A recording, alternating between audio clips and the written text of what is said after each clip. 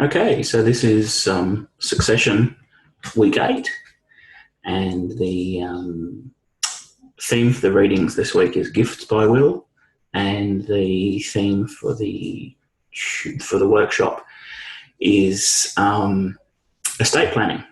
The two kind of go together, even though topics like estate planning don't tend to get a lot of attention by the law textbooks or in law courses. It is a fundamental service that many law firms offer, as we will see soon. And it's part of that changing nature of the legal profession as we move into more fully into the interdisciplinary world, where law firms used to come and a lawyer would draft a legal document for you. You now have an expectation the lawyer knows a lot more. And if you have a firm that specialises in estates, particularly in superannuation, a whole lot of skills that you expect people to have, and a lot of those might be accounting skills as well. So this is why a lot of, particularly the larger firms, have become distinctly interdisciplinary. They've had people with various skill sets on their team. So anyway, this is an opportunity to draw some connections to some of the previous things that we've studied, particularly trusts. I'm not sure how rusty you are on trusts, but hopefully we'll pick up a little bit there. I'm by no means an expert on trusts, but we're going to just look at how trusts are relevant for this particular area of law. So you've studied trusts a lot more recently than I have, so you'll probably know a lot more about the nitty-gritty than I do. But as it relates to testamentary trusts, we need to make those connections and keep the course together. Okay, so as usual, I'll make a few comments on the reading for the week, and then we'll get on to the workshop itself. So, Chapter 9, Gifts by Wills. There's not a lot of discussion. It's interesting. I'm always curious, or I was curious when I studied new areas of law, how different things were to what I presumed they were going to be. And when there's a chapter on gifts, you kind of assume there's going to be a whole lot of interesting discussion of what you can and cannot give as gifts. And that's just not really the case. Looks like you can give pretty much anything as a gift, as long as it's not something that's, illegal or void under public policy. There's a bit of discussion in the start of the chapter again about the old common law that's no longer relevant. It annoys me that textbooks do this all the time. It's purely the hangover from the fact that there was an older version of the textbook and people think we better keep it in there because it's in the old version. Anyway, it annoys me that rather than getting into the meat of the topic of what's actually relevant and what's useful to practice, textbook writers still go back to say, well, there's this really interesting curiosity about the law the way it used to be. It's not relevant now, but I need to tell you about it. And that's certainly not what I do when I create materials. Okay, the core really of this area, and again, it's one of those things that you need to know about, but it's something that may or may not come up in practice, is ademption. I'm sure you've read it and you've seen the overview of it all. By calling it a doctrine, I think that's overstating it a little bit. It's a rule of grammatical construction more than anything else. So the classic situation is, if I decide to leave you my BMW in my will, or a BMW in the will, it's going to make a big difference if I've sold my BMW or I've crashed my BMW by the time you become a beneficiary under my will. And what the doctrine of redemption says is if you leave a specific thing to someone and you no longer own it, or it's destroyed, or for whatever reason, then that person's no longer entitled to it. Or if it's the situation of I've crashed the car, you get the crashed car, you don't get a new car.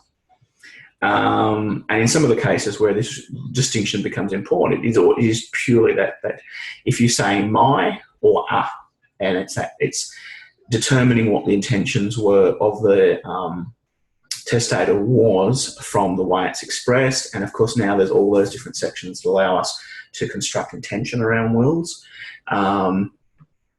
You could possibly make an argument. So going back to that example, if I leave you BMW under the will, but there's lots of extrinsic evidence. I say I want my friend to have my BMW. It has a lot of sentimental value to me.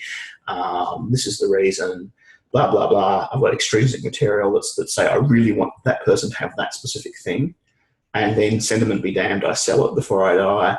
Then redemption would probably apply there. Okay, does this happen in practice? Who knows? I've never heard of it really happening. Usually, the thing where I think it probably would be relevant is where people, particularly older people, not wanting to be too stereotyped here, will put things in the wills and no longer own, or they've lost, or whatever. So the classic example is leaving jewelry to someone. I want to leave my grandmother's wedding ring to this person, and when the time comes for the personal representative to divide up the estate, that's no longer, no one can find the ring. Have they lost the ring? Have they given it to someone else previously? Who knows? Is that person entitled to a new gold ring of equivalent value? No, they're not. The doctrine of redemption would apply there. Okay, so that's probably where it would apply. It's not going to go to. I don't know that it's ever going to go to court unless someone has particularly got a lot of money to throw away on litigation. The other situation where redemption becomes relevant is where you give someone something and the property itself has changed. Redemption does not necessarily apply. So if I say I leave you my car and I've got a BMW and I sell it, I buy myself a Prius, and then I sell you, I pass away and you get the car, and my will says I leave you my car, it doesn't matter that at the time of creating the will, it's a different car. And there's a few cases you'll see in there on various bits of property, and particularly land property, and when it comes into play. Now, I'm guessing we're cool with redemption. It's not the most exciting area of law I've ever taught. I'm sure it's not the most exciting area of law you've ever studied. But chuck a comment in the chat thing if you've got any questions, or you want me to clarify something. There is actually an interesting, there is one interesting section. It's on page 228, and that's the affairs of Hartigan, which is a reasonably recent unreported case, 97, and that looks at what happens when a trustee sells property. And it seems that there may be a way around the doctrine of redemption. So if I'm an elderly person, I leave someone the house, and then I become incapacitated, and I have to go into a nursing home, and the house is sold. It seems that the doctrine of redemption may not apply in that circumstance, and the person, the beneficiary, may be entitled to what's left of the proceeds once the deposit and all the rest of the nursing home fees come out. And that's relatively new. And as I said, it's an unreported Western Australian case, so it's not like it has a huge amount of authority. It's an interesting example of judicial activism, and I think just a recognition that today, just practically, a lot of wills, the primary piece of property is the matrimonial home or the family home, and a lot of people are forced, because of the situation with aged care, are forced to sell that in order to put themselves into care, into a nursing home or equivalent that will look after them. And what the courts don't want is a situation where all of a sudden all those old wills are invalid, and all of a sudden you've got a whole lot of fights on your hands with the person who's left the house saying, um, my gift has been deemed, and and I'm no longer entitled. Although quite often, I guess, they may end up being, those people may end up being the beneficiaries under the will anyway, so they may be entitled to the money just as beneficiaries under the will, or even in intestacy if it comes to that. We'll look at more intestacy next week. Okay, so that's worth considering. One sort of piece of slight controversy in this week. And I've said it all along, one of the disadvantages of succession law is that legally it's pretty boring. But I think that the things we can talk about, and particularly the things I've hopefully picked for the workshop, in and around succession law, are a lot more interesting. It gives us time to look at some of those interesting practice issues. Okay. Let me quickly flip through the rest of the chapter to see what notes I've written down, to see if there was anything else I felt I needed to tell you. Oh, the doctrine of lapse, it's kind of a weird place to put it. If the beneficiary dies before the testator, the gift fails. So if you leave something to someone and they die before you do, their estate doesn't inherit your estate. They have to survive, and the statutory rule, I believe, is 7 days.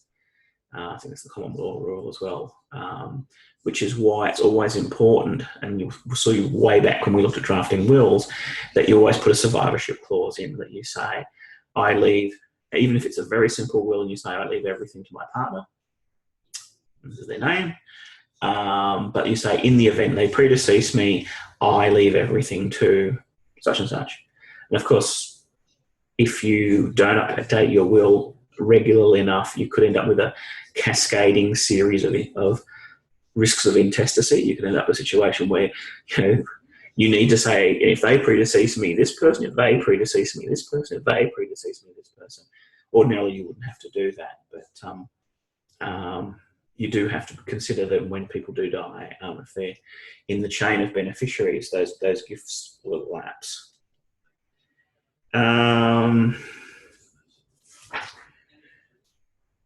Okay. That has been modified in some jurisdictions, or at least in South Australia, where if you leave a gift to your child and they die before you, it doesn't lapse, so the property will go to whoever's in their estate. So there has been some law reform in that area.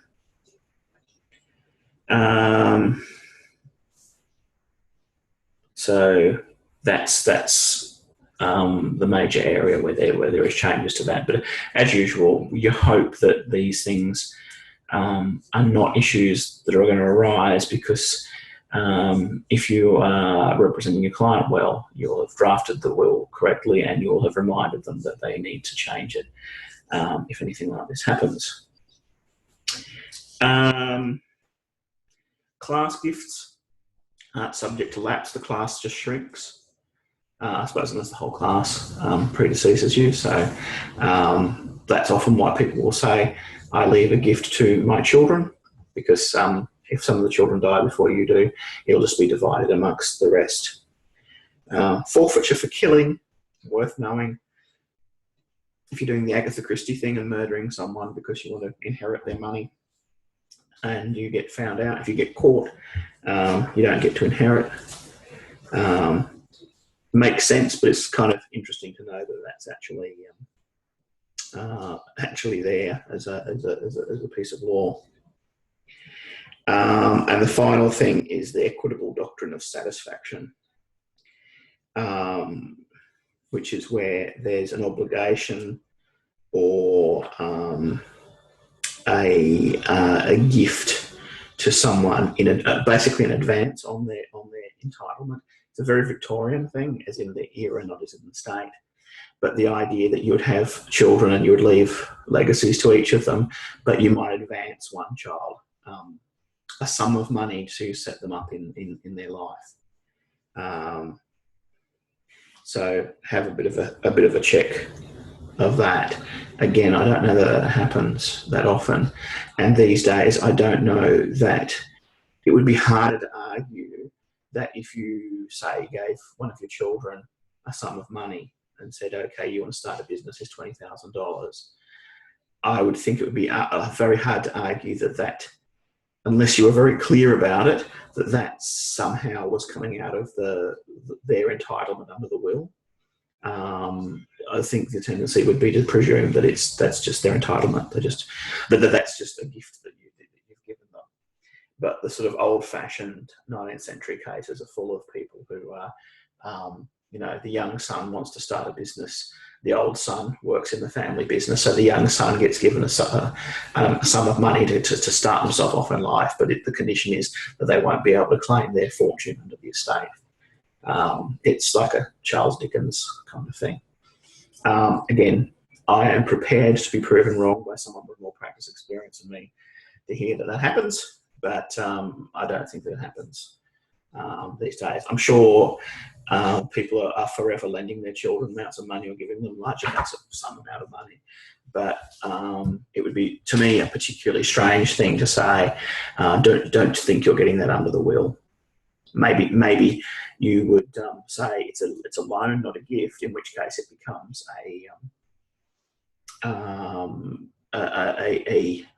the obligation itself, the loan, actually becomes part of the estate. So at the end of the day, maybe they get less under the will because the one neutralises the other. But yeah, the idea of giving someone a gift, an advance on their inheritance, belongs in a different time, and I think it belongs in a time when people didn't live as long either.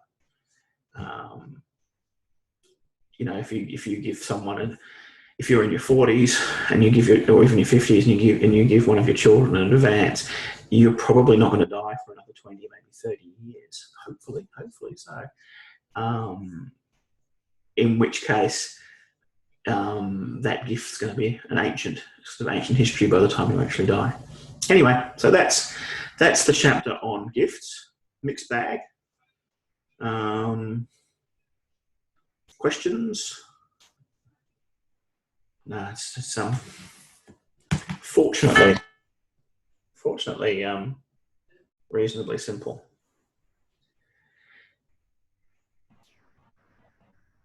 Okay, so what I want to do, or what I want to talk about now is estate planning.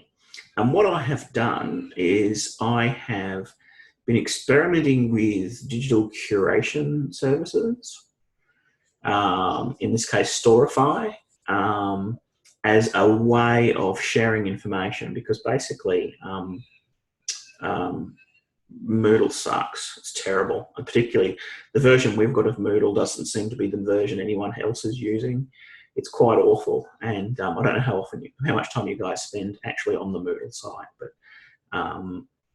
a colleague said my eyes vomit every time I look at it. It then becomes kind of difficult to say, well, I'll put stuff on Moodle for everyone to look at. So what I've done is put a link to a service called Storify. And Storify is not as good as I was told it was, so I'm still looking for something better.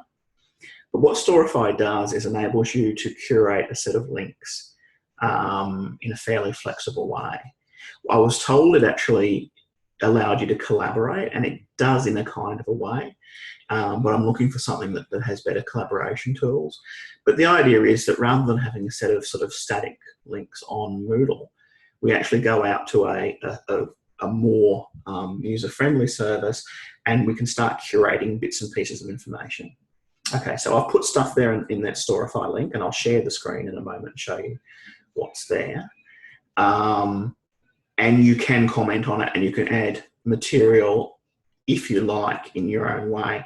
I would rather something that you can actually add more substantial material to it, so I'm going to keep looking. But I'm also very interested along the way with your feedback as well, because with an online course and with only an hour workshop each week, it is kind of tricky to sort of share information and to keep things up to date. The way we do unit guides in the law school, they all get published well before the semester starts. So it's not even a case that I'm really all that free to start adding more stuff to the course guide as we go. So my theory is if I can actually create, for the workshops where we're looking at this kind of stuff, if I can create an archive of links using one of these aggregation services, then that's something that you can peruse in your own time, you can comment on, you can add links and so on. Anyway, on to Storify. Not as good as I was told it was going to be, but it's definitely better than the Moodle. All right, so into Firefox.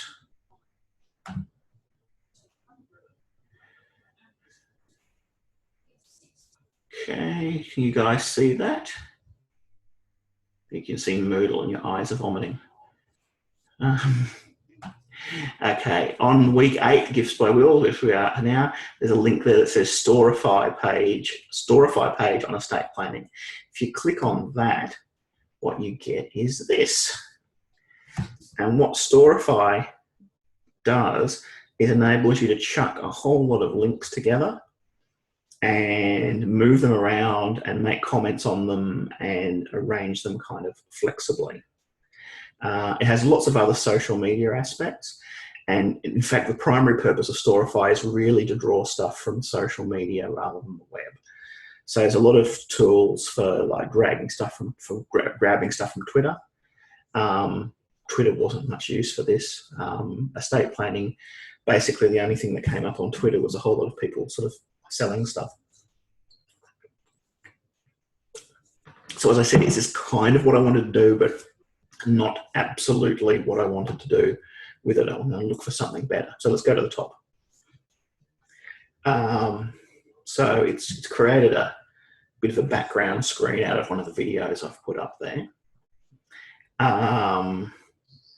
So this one is on wills and property structures, and the question is, how can you set up your property under a will in the best way to rather than just necessarily handing gifts out. And particularly what we're interested in here is testamentary trusts. So setting up a trust. And of course, as part of that, corporations are also relevant. Usually, usually the way corporations would come in, you'd have a trust and a corporate trustee, and the corporation would then manage the trust. Now, we're probably talking about a lot of money here. So if all you're doing, if all you've got under the will is the family home, you're probably not going to have a corporation and a testamentary trust. However, there may be situations where you will use one, even if it's a relatively small amount, as long as you know you've got a trustee who is reliable and is not going to cost too much money. You can have a professional trustee, like your solicitor could be a professional trustee, and they could then manage the trust. But of course, they're going to have to be entitled to fees out of that as it goes. Sometimes you'll have like a family friend or a family member do it. And that's often when it's a trust where children are of minority. Okay, so what's in this Storify link? Well, there's a video I found from a Sunshine Coast lawyer. I just chucked it in because I was interested. I thought it was interesting that this guy is doing that. He's obviously a small firm, and he's being proactive and trying to use YouTube and social media and set up like a little quick description of what a testamentary trust is and how it works. There's all sorts of things on why using them.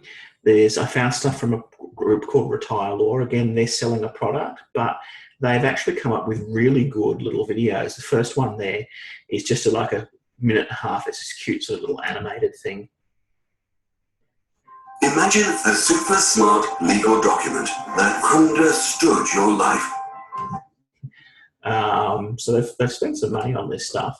The second video is longer. It's a 13-minute one, but it is quite good at explaining the purpose of setting up testamentary trusts. And again, they've spent money on this, and good for them, because you watch this and it's like, oh yeah, that kind of makes sense. In a way that I think most lay people are just not going to understand what trust is or why they use them.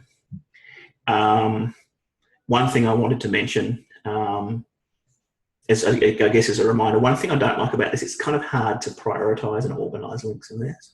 But if you cast your mind back to your trusts, equity and trusts subject, trusts can be discretionary or fixed, particularly important here.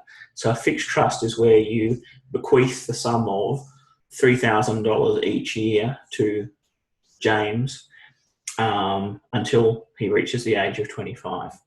And it's, like the clue is in the name there, it's fixed. A discretionary trust is where you give a sum of money to the trustee for the benefit of James, and you say you can spend it as you see fit for purpose. Obviously, they're very different, and obviously they depend on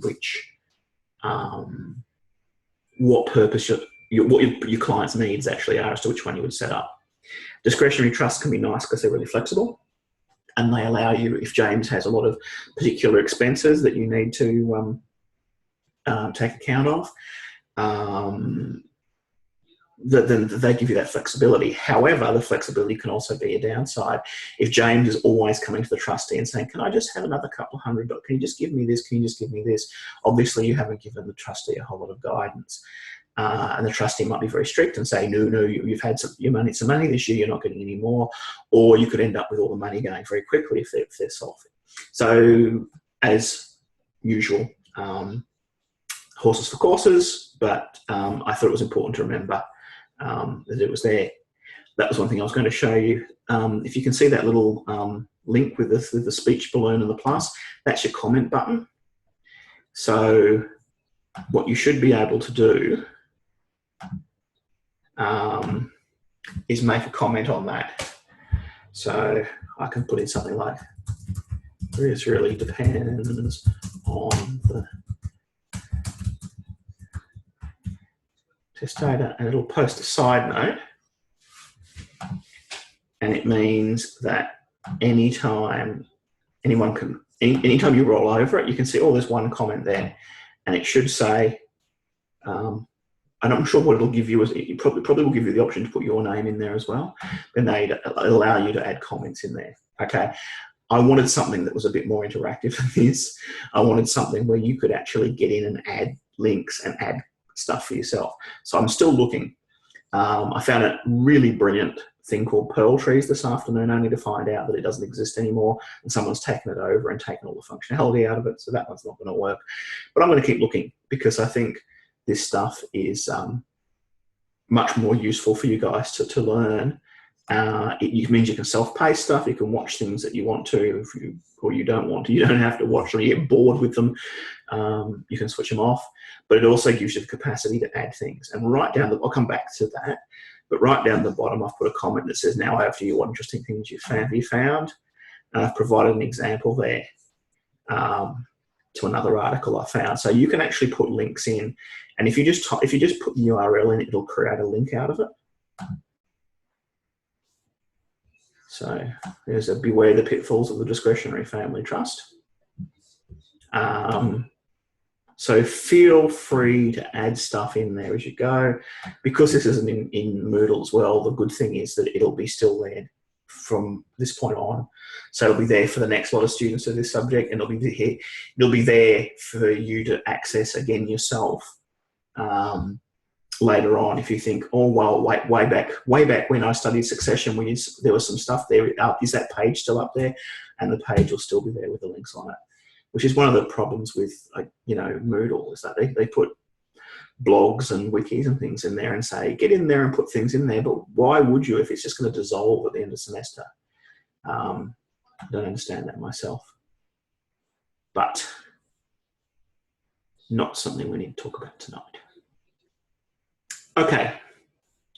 So what other interesting things did I find in my trawl around the web? I found an article from Slater's that has some very interesting diagrams on how testamentary trusts can be structured. That was quite cool. It's got so much of the same information as the others do, but it has some nice little diagrams, which you can see in the little example box. And a testamentary trust for 3 children. There you go.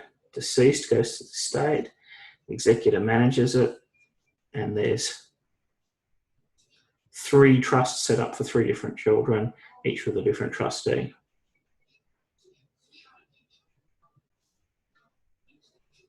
So I thought that was nice. That was a kind of a useful way of conceptualizing and seeing how these things work. And yeah, as I said, the real skill to this stuff is to try and put some order into it. At the moment, it's just a dump list of stuff, and there's not really good tools for structuring it. But I thought it was interesting, and it's a nice asynchronous way. I'm starting to come to grips with the fact that a 1-hour workshop each week, we don't have a lot of time, even though I waste a lot of time just blathering on. And you guys are all accessing things at different times as your work life and personal lives allow you.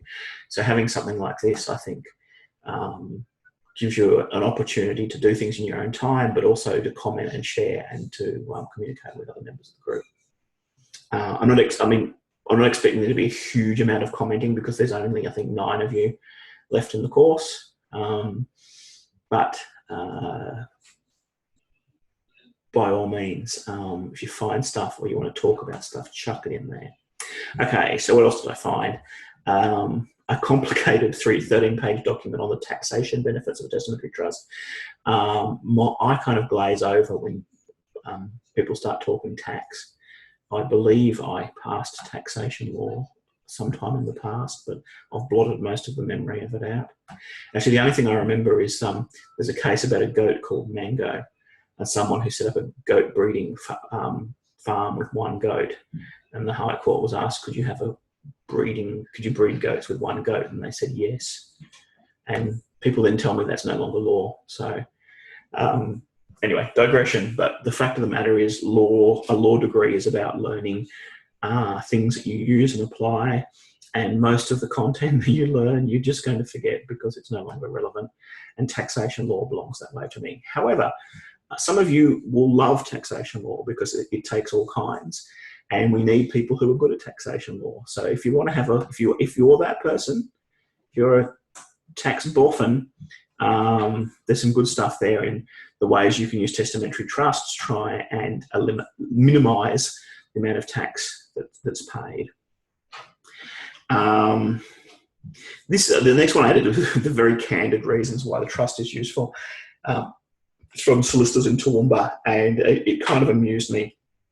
And I'll click on the link because a lot of these fact sheets and things you get from law firms are very sort of formal, and this one is just sort of very frank in when it talks about the reasons that you'd want to use a trust. Okay.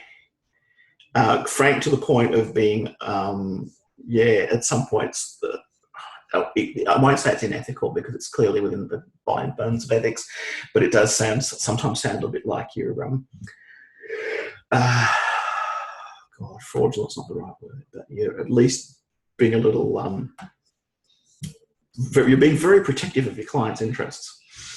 Okay, this is what I mean. So some of different families will have different reasons for testamentary trust. 1, creditor protection, to protect the bequest from the creditors of the beneficiary. So any debts that they may incur or by the beneficiary of their spouse's business debts. So each of these, I'm sure, has a little story attached to it. But this is obviously a case of someone who's left something in their, wants to leave something in a will, but to a child, but the child has a deadbeat spouse, and you want to make sure that the creditors, when they come round, when the spouse becomes bankrupt, they're not going to take away the stuff out of the trust. So it's a valid point. It is useful because you can, to a degree, protect that money. But I just love the fact that it says to talk about the spouse's business debts, and there's clearly a story behind that one. Divorce of a child. It says the family court cannot make an order requiring distribution of those funds. I believe that's not actually true. I believe there are some circumstances in which they can actually access that. But prima facie, it's probably a good point.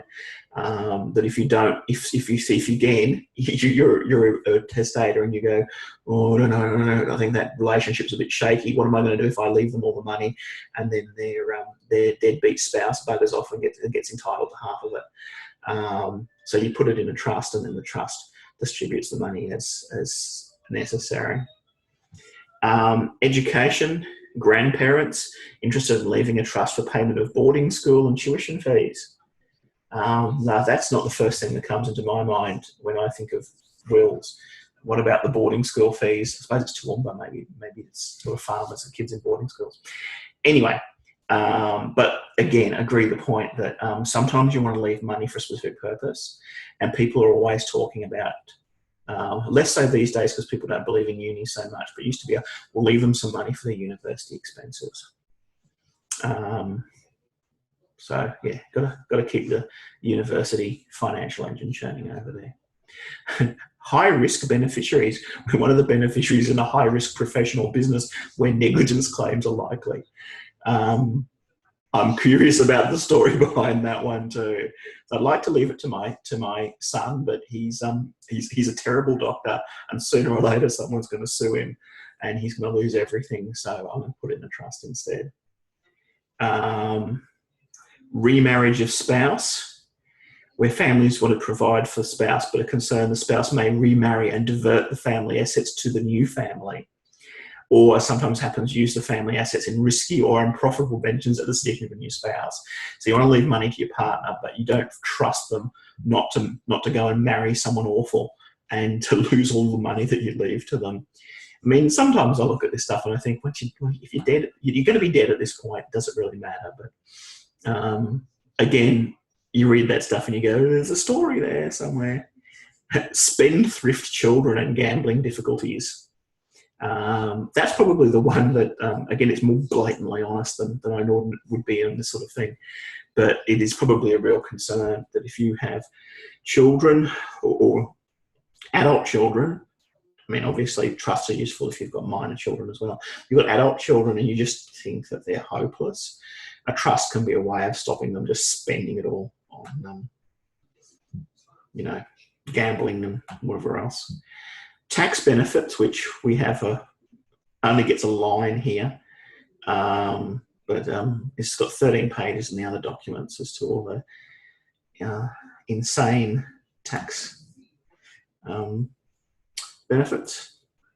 And will challenges. If your beneficiary has received your estate in a trust and remains in trust, as it is not in their estate, it cannot be a subject to a will challenge when they die. Okay. So if you leave it to someone and they die, it doesn't go into their estate, it stays in the trust. And if whatever conditions you've set around the trust, particularly the discretionary trust, it means the money then stays where it is. So I think that's particularly useful when you've got a discretionary trust. So you've got a discretionary trust and guidelines of certain amounts of money being issued to, say, 3 children. One of the children dies. You don't want all the money then going into their will, into their estate. I don't know, because you hate your grandchildren or whatever. It preserves the autonomy of the trustee to make decisions. The money doesn't all disappear. Anyway, so it's very, very, very honest and very interesting examples. And the others documents and the videos also talk about these things, but they don't tend to be so blatant about it. But they're all good things to bear in mind. Okay. So that's why I included that one. It was not because it had information the others didn't have in terms of technical stuff about law. But it just, I think it had some, it was amusing. There's an academic article in there. One of the problems with the way copyright is done on academic articles at the moment is too much of the important stuff is located behind firewalls. So it is very difficult to bring academic material into something like this. But hey, I found something from Austlii, open journals. So wherever possible, I think this is also an example where we can start putting academic sources in here as well. There's actually quite a good link sharing service called Zotero. That's a Firefox plugin, and it's sort of like EndNote, but better. And it enables you to organize links to academic sources, and you can put them into groups and folders. You can comment on them, and the most important thing is you can share them with other people.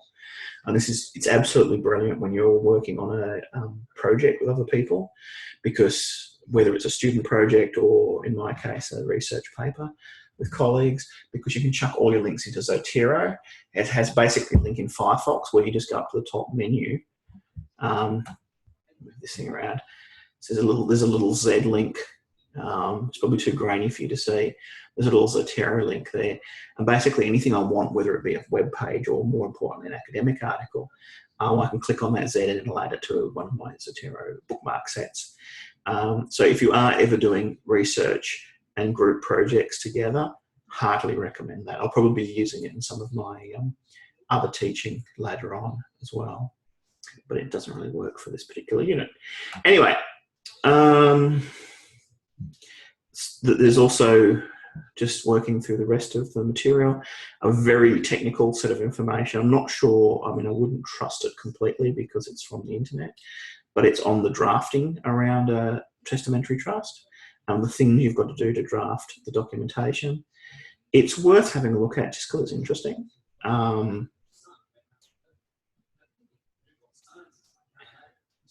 What's that?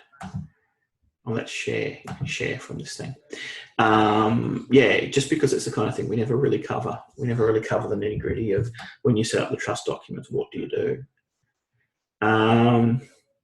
And a couple of miscellaneous things I put in. An American lawyer from Nevada. It's not quite Better Call Saul, but it's kind of in that from Breaking Bad, but it's sort of in that range about a guy talking about using family trust to avoid having to pay any tax at all. It's that kind of, you see a lot of it around when you're searching on estate planning and trust planning, particularly in the US. There's a whole lot of that sort of shonky area of law of, we can stop you having to ever pay tax again. Which, you know, I suppose is the kind of service clients do ask for. And to an extent, there's nothing wrong with minimising the tax you pay. But I do personally find it slightly reprehensible that people who use the roads, who benefit from our police service and all those other things that taxes pay for, who are wealthy, don't pay any taxes at all. But, you know, that's life for you. And there's an annoying teaser from LexisNexis, avoiding the testamentary trust for better option, which is 38 seconds and then it asks you to pay money for it. I probably shouldn't have left it in there, but I'll probably take that out later. Some stuff on superannuation. Again, it's too technical for me. My eyes glaze over a bit, but could be useful to you. And that I thought was kind of interesting. Setting up philanthropic trusts, because that's something we haven't really thought about or discussed. I hadn't really overtly thought about, is that some people want to leave trusts for charity. Well, how do you do that? Presuming you've got enough money for this to be worthwhile and you want to set up a philanthropic trust that gives money for good deeds, how do you do it? Well, Philanthropy Australia has a guide. It's a little bit old now, but I don't imagine the law's changed much. And I thought that was kind of interesting too, because it gives you a sense of another use of trusts, not just to you know, because you're worried your partner's going to marry badly and is going to marry an idiot who's going to lose all your money. But you want a trust that's going to be an ongoing living thing, that's going to be administered, you know, that even if you just want, you know, the money to be invested and then each year there to be certain bequests made out of it to, you know, worthy charities or worthy causes. that stuff's kind of interesting.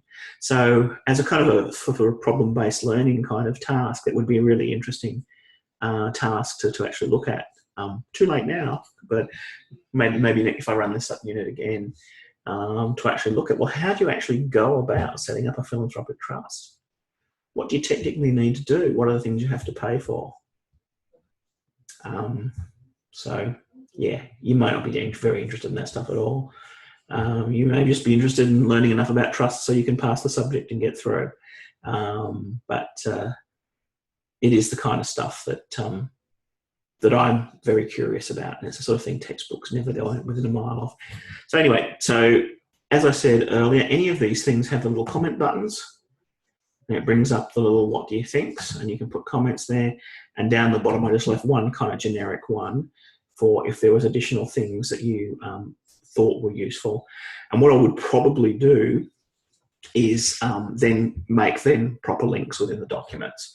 I'm disappointed that you can't do that yourself. And as I said, I'm going to keep looking for a service that allows us to do that, because I would like us to be able to collaborate on this stuff more, because I think this stuff is kind of interesting.